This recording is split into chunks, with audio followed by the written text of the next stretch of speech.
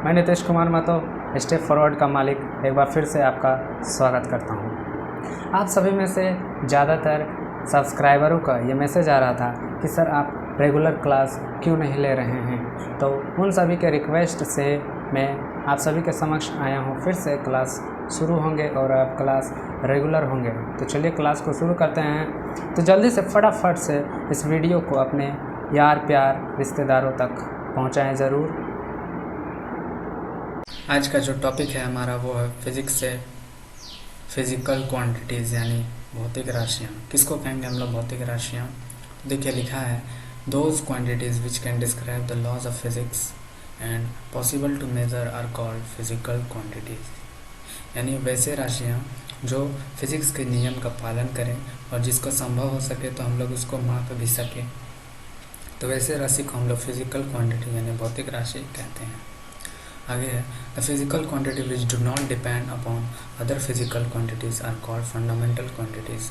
यानी वैसे physical quantities जो किसी दूसरे फिजिकल क्वांटिटी पर निर्भर ना हो तो उसको हम लोग फंडामेंटल क्वांटिटीज़ यानी मूल राशि कहते हैं।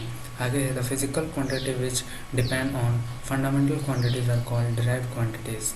यानी वैसे क्वांटिटीज़ वैसे फिजिकल क्वांटिटीज़ जो है ना फंडामेंटल क्वांटिटीज़ के हेल्प से फॉर्मेशन हो तो वैसे क्वांटिटीज़ को डिराइव्ड क्वांटिटीज़ यानी व्युत्पन्न मात्रक कहते हैं। इसके एग्जांपल है स्पीड, एक्सेलरेशन, फोर्स एट्सेट्रा। अगला है यूनिट्स। यूनिट्स यानी मात्रक किसको कहेंगे? The unit of a physical quantity is the reference standard use to measure it. किसी भी फिजिकल क्वांटिटी का जो यूनिट है वो एक रेफरेंस है उसको मापने का। अब यूनिट्स के प्रकार, पहला है फंडामेंटल यूनिट्स, दूसरा है डिराइव्ड यूनिट्स।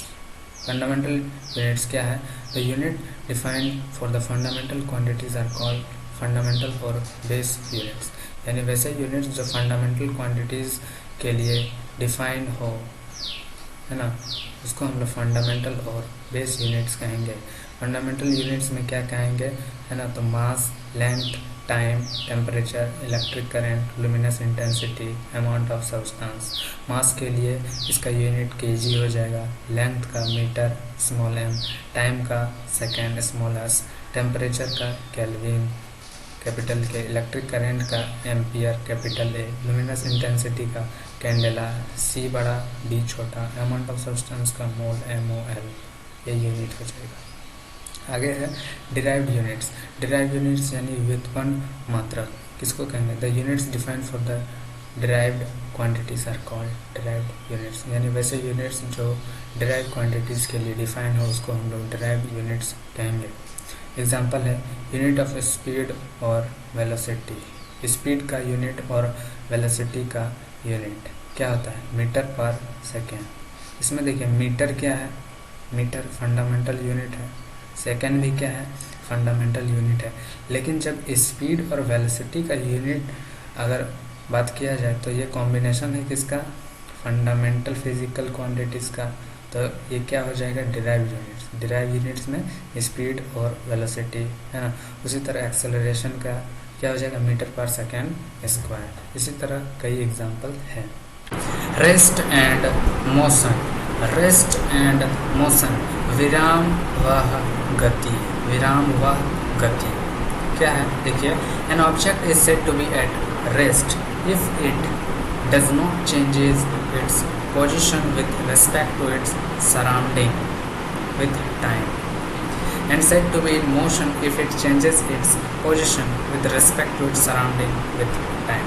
मतलब कोई भी ऑब्जेक्ट, है ना, रेस्ट में है, ये कब कहलाएगा कि वो रेस्ट में है? यदि समय के अनुसार, है ना, समय के अनुसार उसके पोजीशन में चेंजेस नहीं आता है तो हम लोग कहेंगे कि वो बॉडी रेस्ट में है, उसके सराउंडिंग, उसके चारों ओर के सापेक्ष में।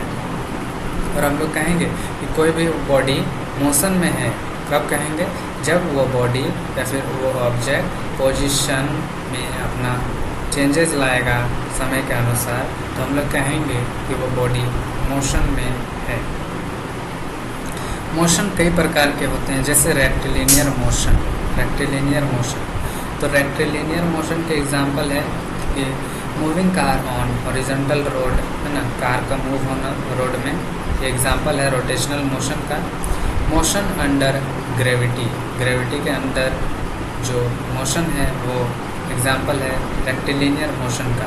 उसके बाद एंगुलर मोशन, एंगुलर मोशन में वैसे पार्टिकल जो वृत्ताकार में जाएंगे, projectile motion, rotation of machine shaft, ये सब एग्जांपल है एंगुलर मोशन का। अगला है रोटेशनल मोशन, रोटेशनल मोशन में such as motion of a fan, fan का घूमना रोटेशनल मोशन का एग्जांपल है। उसके बाद if an object travels equal distance in equal interval of time then it is said to be in uniform motion. मतलब अगर कोई बॉडी या फिर कोई ऑब्जेक्ट है ना इक्वल डिस्टेंस को ट्रेवल कर रहा है इन इक्वल टाइम इंटरवल में, तो हम लोग कहेंगे उस बॉडी का जो मोशन है वो यूनिफॉर्म मोशन है। और अगर कोई ऑब्जेक्ट ट्रेवल कर रहा है unequal distance in equal interval of time, तो हम लोग कहेंगे कि उस बॉडी का जो मोशन है वो किस तरह का है, तो नॉन यूनिफॉर्म मोशन है। आगे है स्पीड, स्पीड यानी चाल। The distance covered by moving body in a unit time interval is called its speed. यानी चाल हम लोग क्या कहेंगे, चाल किसको कहेंगे, यानी जो दूरी तय किया गया किसी भी बॉडी द्वारा एक यूनिट टाइम इंटरवल में, तो उसको हम लोग चाल कहेंगे। स्पीड बराबर क्या होता है, distance travel upon time taken. Speed बराबर क्या होता है, distance travel upon time taken. When a body travels equal distances with speed v1 and v2, then average speed is the harmonic mean of the two speed. अगर कोई दो body है ना equal distance को ट्रेवल कर रहा है ना with speed v1 and v2, तो उसका जो एवरेज औसत स्पीड होगा वो हार्मोनिक मीन होगा उस दो स्पीड का, which is given by 2/v बराबर 1/v1 प्लस 1/v2। तो विच इम्प्लाई दैट v बराबर 2v1 v2 upon v1 plus v2 है ना। ये सभी इक्वेशन जो है न्यूमेरिकल को सॉल्व करने में उपयोग होते हैं।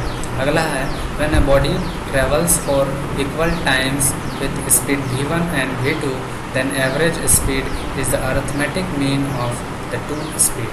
मतलब कोई बॉडी अगर ट्रेवल कर रहा है इक्वल टाइम में है ना, इक्वल टाइम में अगर v1 और v2 के स्पीड में, तो जो उसका एवरेज स्पीड होगा वो अर्थमेटिक मीन होगा उन दोनों स्पीड का, which is given by v बराबर v1 प्लस v2 अपॉन 2।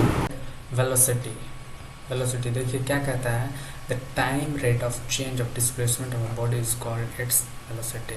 मतलब समय के अनुसार कोई भी ऑब्जेक्ट या फिर बॉडी में उसके डिस्प्लेसमेंट में जो चेंजेस आया है उसको हम लोग वेलोसिटी कहेंगे। वेलोसिटी बराबर इस रिलेशन को देखिए, v बराबर dx by dt, dx by dt मतलब ये रेट ऑफ चेंज दिखा रहा है किस चीज़ का, तो x क्या है डिस्प्लेसमेंट, तो rate of change of displacement is called velocity. That is velocity बराबर displacement upon time. An object is said to be moving with uniform velocity if it undergoes equal displacement in equal interval of time। मतलब कोई भी object को हम लोग कहेंगे कि वो यूनिफॉर्म वेलोसिटी में मूव कर रहा है, कब कहेंगे, अगर वो इक्वल डिस्प्लेसमेंट को है ना कवर कर रहा है in equal interval of time. ठीक है, सीधा वाइस वर्सा।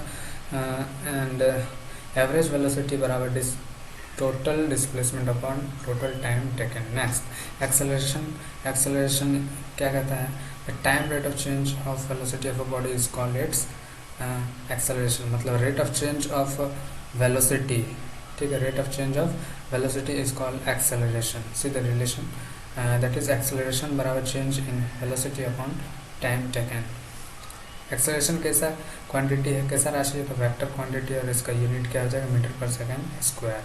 एक्सेलरेशन किसी भी क्षण में है ना किसी भी बॉडी का निकालेंगे तो उसको इंस्टेंटेनियस एक्सेलरेशन कहेंगे। And the velocity of a body increases with time then its acceleration is positive, and if velocity decreases with time then its acceleration is negative, called deceleration और रिटार्डेशन। मतलब कोई body का जो velocity है अगर वो समय के अनुसार इंक्रीज कर रहा है, बढ़ रहा है, तो वैसे एक्सेलरेशन को हम लोग पॉजिटिव एक्सेलरेशन कहेंगे। और अगर कोई भी बॉडी का जो वेलोसिटी है अगर समय के अनुसार वो घट रहा है तो उसको हम लोग वैसे एक्सेलरेशन को हम लोग नेगेटिव एक्सेलरेशन, डिसेलरेशन और रिटार्डेशन कहते हैं। If acceleration does not changes with time, it is said to be constant acceleration. और अगर एक्सेलरेशन समय के अनुसार बदल नहीं रहा है तो वैसे एक्सेलरेशन को हम लोग कांस्टेंट एक्सेलरेशन कहेंगे। तो आज के सेशन को यहीं पे समाप्त करते हैं। आई होप आपको आज का सेशन अच्छा लगा होगा। चैनल को सब्सक्राइब नहीं किए तो सब्सक्राइब कर दें और लोगों तक इसको शेयर ज़रूर करें। Thank you so much for watching.